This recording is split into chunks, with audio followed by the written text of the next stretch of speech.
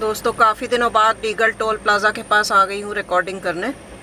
छुट्टियाँ बहुत अच्छी रही इस बार, बहुत अच्छा ट्रिप रहा। अभी उसके वीडियोस की सीरीज़ स्टार्ट हुआ है आना, अभी भीमा शंकर वाला वीडियो आया है और इसके बाद बिग वन बर्ड सेंचुरी में जो सफारी की थी मैंने, उसके 3 पार्ट्स में वीडियो बनाया, वो आएगा।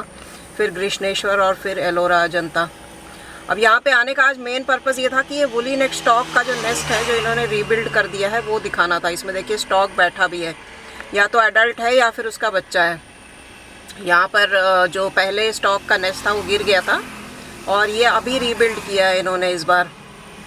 तो इसमें जो बिग वन वाले वीडियोस हैं उसमें आपकी मुलाकात न्यूटन खेरा सर से भी होगी, जिन्होंने कि बर्डिंग में मेरा काफ़ी मार्गदर्शन किया है जब से कि मैं उन्हें जानती हूँ।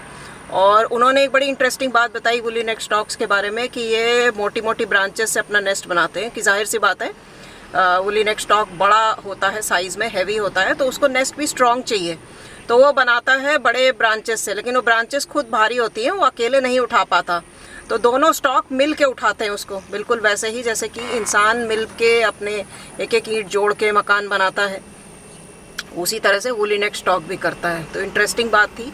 एक और इंटरेस्टिंग न्यूज़ अभी जो है रिसेंटली पढ़ने में आया, जो मेरे ऑर्निथोलॉजी वाले ग्रुप्स हैं उसमें ये खबरें आती रहती हैं। उसमें ये था कि अभी कुछ हफ्तों पहले, मेरे ख्याल से 1-2 महीने पहले, जो मैंने वीडियो शेयर किया था आपके साथ कि जो विंड टर्बाइंस होती हैं जिससे कि विंड पावर जनरेट होता है, मतलब जैसे सोलर पावर, वाटर पावर होता है, वैसे विंड पावर भी होता है। तो वो जनरेट करने वाली जो टर्बाइंस होती हैं उससे टकरा के, उसकी ब्लेड्स के साथ टकरा के चिड़ियों की मौत बहुत होती है। और उसमें कई ऐसे बर्ड्स भी हैं जो कि हाईली एंडेंजर्ड हैं, जिसमें कि ग्रेट इंडियन बस्टर्ड वगैरह आते हैं, कुछ वल्चर्स आते हैं। तो इन सब की मौत जो है वो किसी न किसी तरह से रुकनी चाहिए। अगर हमारी तकनीकें इतनी एडवांस हो चुकी हैं तो क्या हम रोक नहीं सकते? तो उसी बारे में एक नए इन्वेंशन के बारे में जो है इंफॉर्मेशन है, उसको एक स्पेनिश कंपनी ने बनाया है और वो जिस टेक्नोलॉजी पे चलती है उसको कहते हैं वॉर्टेक्स शेडिंग। तो इसमें जो विंड पावर जनरेट करने के लिए जो स्ट्रक्चर लगाया जाता है वो बड़ा टरबाइन नहीं होता। टरबाइंस आपने देखे होंगे, विंड पार्क जैसे जैसलमेर में है, गुजरात में कई जगह विंड पार्क है, वहाँ पे एक पंखे जैसा स्ट्रक्चर होता है, बहुत बड़ा विशाल पंखे जैसा स्ट्रक्चर होता है। और जब हवा तेज़ चलती है, ये स्पॉट बिल डक्स उड़ के जा रहे हैं, हवा जब तेज़ चलती है तो वो पंखे घूमते हैं, ब्लेड्स उसके घूमते हैं और उसी से जो है बिजली जनरेट होती है। तो ये जो वॉर्टेक्स शेडिंग है, इसमें एक लंबा सा सिलिंड्रिकल स्ट्रक्चर खड़ा होता है और उस पर कोई ब्लेड्स नहीं लगे होते हैं। जब ब्लेड्स नहीं लगे होते हैं तो फिर ये बिजली कैसे जनरेट करेगा? इसका फंडा ये है कि जब हवा तेज़ चलती है इस सिलिंड्रिकल स्ट्रक्चर के आसपास तो वो आगे पीछे मूव करता है। मतलब ये जो ऊपर वाला पार्ट है इसका, हवा तेज़ जब चलती है तो वो ऊपर वाला पार्ट जो है वो एक बार आगे एक बार पीछे ऐसे मूव करता है। तो इस मूवमेंट से जो है बिजली जनरेट होती है। अब ये सोचने वाली बात है कि जो टरबाइंस, मतलब जो ट्रेडिशनल जो विंड मिल्स हैं, उनसे जो बिजली की क्वांटिटी जनरेट होती है और जो इस बैक एंड फोर्थ मूवमेंट से, वॉर्टेक्स शेडिंग से जो बिजली की क्वांटिटी जनरेट होती है, उसमें फ़र्क कितना है? मेरे ख्याल से फ़र्क होगा थोड़ा, क्योंकि इससे मुझे लगता है वॉर्टेक्स शेडिंग से अगर आप केवल बिजली जनरेट करना चाहते हैं तो आपको इसकी ज़्यादा यूनिट्स लगानी पड़ेंगी, क्योंकि ये जो बैक एंड फोर्थ मूवमेंट है इससे एक बार में पहले के कंपैरिजन में, जो ट्रेडिशनल मेथड है उसके कंपैरिजन में कम बिजली जनरेट होती होगी, ऐसा मुझे लगता है। एक्चुअल मुझे पता नहीं है क्या है, क्योंकि उस आर्टिकल में इतना ही दिया हुआ था कि ये जो वॉर्टेक्स शेडिंग है इसमें ब्लेड्स नहीं है, इसमें कोई ऑयलिंग की ज़रूरत नहीं पड़ती है, मेंटेनेंस इसका कम होता है। और सबसे बड़ी बात यह है कि बर्ड्स के लिए नुकसानदेह नहीं रह गया ये, क्योंकि वो ब्लेड्स के घूमने से जो बर्ड्स को नुकसान होता था और बर्ड्स उससे टकरा के मारी जाती थी, वो अब नहीं होगा। इस वाली टेक्नोलॉजी से ये फ़ायदा है।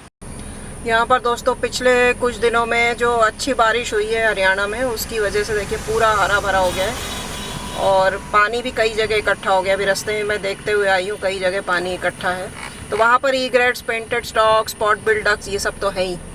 तो अब कुछ खास अगर होगा तो दिखाऊंगी। सारा साज यहाँ पे नहीं दिख रहा है। पिछली बार जो मैंने वीडियो बनाया था, जो अभी कुछ दिन पहले आया है, मेरे ख्याल से शायद वो 26 तारीख को आया है अभी, तो उसमें सारा स्क्रीन के 2 पेयर मैंने आपको दिखाया है। तो वो इसी जगह पर था। एक रोड के उस साइड पे था जहाँ पे वुली नेक स्टॉक का नेस्ट अभी दिखाया मैंने, और एक पेयर जो है वो रोड के इस साइड पे था। अब आगे चल के देखती हूँ आज भी आगे है क्या सारस या कोई और इंटरेस्टिंग नया पक्षी जो थोड़ा कम कॉमनली दिखता है। ड्रैगन फ्लाइज बहुत दिख रही हैं इस समय। ये अगस्त सितंबर वाला समय ड्रैगन फ्लाइज के लिए बहुत इम्पोर्टेंट होता है। ड्रैगन फ्लाई फेस्टिवल भी और कई जगह ऑर्गेनाइज किया जाता है। तो हर समय पूरे साल भर में किसी न किसी तरह के प्राणी का आप देख सकते हैं कि उसका जो इम्पोर्टेंस है वो क्या है इकोसिस्टम में, और उसके बारे में आपको नॉलेज भी मिल सकती है। यहाँ पर देखिए दोस्तों किस तरह से पानी भर गया और कितना हरा भरा, कितना सुंदर लग रहा है। इधर यहाँ पे स्पॉट बिल डक्स हैं, सामने इस तरफ स्पॉट बिल डक्स बैठी हैं, और यहाँ पर ईग्रेट है और ये ब्लैक हेडेड आइबिस है, और एक कैटल ईग्रेट पास में भी बैठा हुआ है लेकिन अभी पेड़ के पीछे चला गया।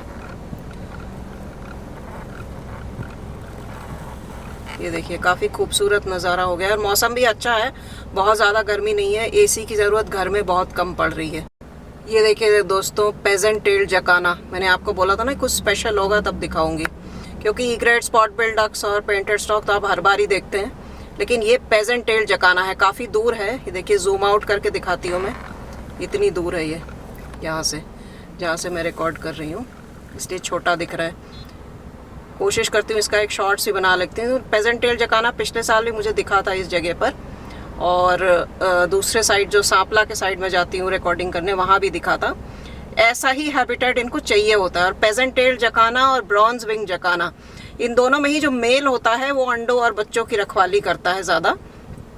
जो फीमेल होती है वो कई मेल्स के साथ मेट कर सकती है, इसलिए इनको पॉलीएंड्रस कहा जाता है। जैसे कि स्पॉटेड सैंडपाइपर भी पॉलीएंड्रस होता है। तो इस वजह से जो फीमेल होती है वो ज़्यादा देखभाल नहीं करती है अंडों और बच्चों की, वो अंडे देकर चली जाती है। मेल ही जो है उसकी देखभाल करता है, और बाद में बच्चों की देखभाल भी मेल ही करता है। तो ये आप देख सकते हैं यहाँ पर पेजेंट टेल जकाना। यहाँ पर दोस्तों सैंड पाइपर है, देखिए ये वो जगह है। काफ़ी पहले मैंने यहाँ पर 2-3 बार वीडियो बनाया था। उसके बाद फिर यहाँ पे पता नहीं कुछ इन्होंने खुदाई शुरू कर दी, कुछ ट्रैक्टर चला दिया, कुछ किया था। मुझे लगा हो सकता है यहाँ पे कुछ खेती करना चाह रहे हो, लेकिन वो भी नहीं किया। अब बारिश के बाद यहाँ पानी भर गया है। पहले भी एक बार यहाँ पे कोम डाक और लेसा सैंड प्लोवर और 2-3 तरह के सैंड पाइपर मैंने आपको दिखाए थे। अभी फ़िलहाल तो ज़्यादा बर्ड्स नहीं है, बस ये सैंड पाइपर है और थोड़े बहुत ईग्रेट्स, लैपविंग वगैरह यही सब हैं यहाँ पे। लेकिन पानी रहेगा तो अभी माइग्रेटरी बर्ड्स अगस्त सितंबर से ही आना शुरू हो जाती हैं। जो पहले अक्टूबर नवंबर में आती थी वो अब 1 महीने पहले शिफ्ट हो चुका है इनका साइकिल ऑफिशियली। मतलब ये चली जाती हैं, पहले मार्च अप्रैल में जाती थी, अब जनवरी एंड फरवरी में ही चली जाती हैं। और उसके बाद वापस आने का जो इनका रहता है वो इनका शुरू हो जाता है अगस्त सितंबर से ही।